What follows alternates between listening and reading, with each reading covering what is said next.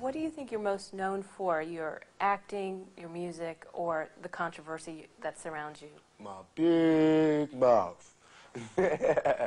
My big mouth. I got a big mouth. Can't help it. I talk from my heart. I'm real.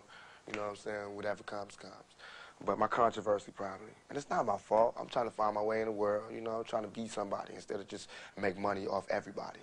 You know what I'm saying? And so I go down paths that haven't been traveled before, and I usually mess up.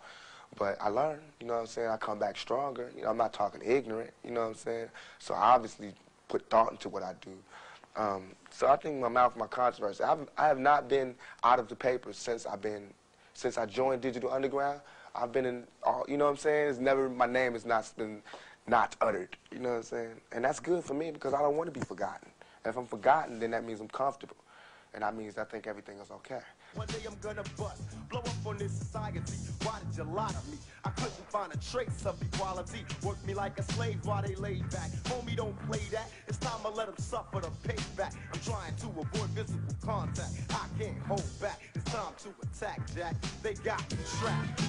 It's interesting how hip-hop, rap music in the beginning, or a song like Grandmaster Flash's The Message, where basically they were saying, you know, it's like a jungle sometimes. I wish, you know, I wonder how I keep from going under. The whole root of what that song was basically saying, look, these are the problems here.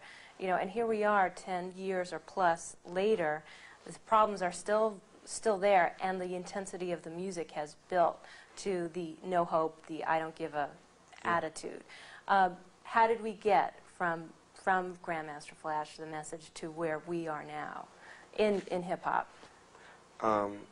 Again, you have to be logical.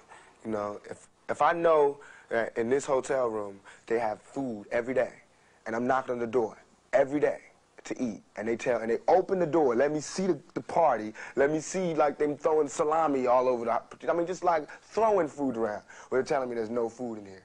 You know what I'm saying? Every day, I'm standing outside trying to sing my way in. You know what I'm saying? We are hungry, please let us in. We are hungry, please let us in. After about a week, that song is going to change to, we hungry, we need some food. After 2, 3 weeks, it's like, you know, give me all the food, breaking out the door. And after a year, and you just like, you know what I'm saying, I'm picking the lock, coming through the door, blasting, you know what I'm saying? It's like you hungry, you reached your level, you don't want any more. We asked 10 years ago. We was asking with the Panthers. We was asking with them, you know, with civil rights movement. We was asking, you know, now those people that were asking, they're all dead and in jail. So now what do you think we're going to do? And we shouldn't be angry. And my raps that I'm rapping to my community shouldn't be filled with rage. You know what I'm saying? They shouldn't be filled with the same atrocities that they gave to me. In the media, they don't talk about it. So in my raps, I have to talk about it. And it just seems foreign because there's no one else talking about it. Right. Well, playing devil's advocate, somebody might say, well, what does Tupac have? He's a movie star. He's got, you know, hit records. What does he have to complain about? And I'm going to tell you. It's like being the last person alive, you know what I'm saying? After 3 days, you can't do anything. What can I do? Where can I go? There's no black neighborhood, you know what I'm saying, with black people who have the same amount of money as me. You know what I'm saying? There's richer and there's poorer. There's no just, you know, did a movie, got a little bit of money, living okay, black neighborhood. I have to be in a white neighborhood, so I don't fit in. That's hell. It's hell when you can't be around your peers. All my life I grew up around black people, poor people, but I can't live around poor people now because they'll rob me. And why would they rob me? Because they're starving, because there's no money here. But they're telling me, now that I made a little money, I have to move here. So it's not like no one's ever trying to deal with this section. They're just moving away from it. And we're going to have more stars coming from the ghetto, but they're gonna all move this way. You know what I'm saying? So it's like all the society is doing is leeching off the ghetto. They use the ghetto for their pain, for their sorrow, for their culture, for their music, for their happiness, for their movies, to talk about boys in the hood. You know what I'm saying? I don't want to be another I don't want to be 50 years old at a BET We Shall Overcome Achievement Awards. You know what I'm saying? Not me.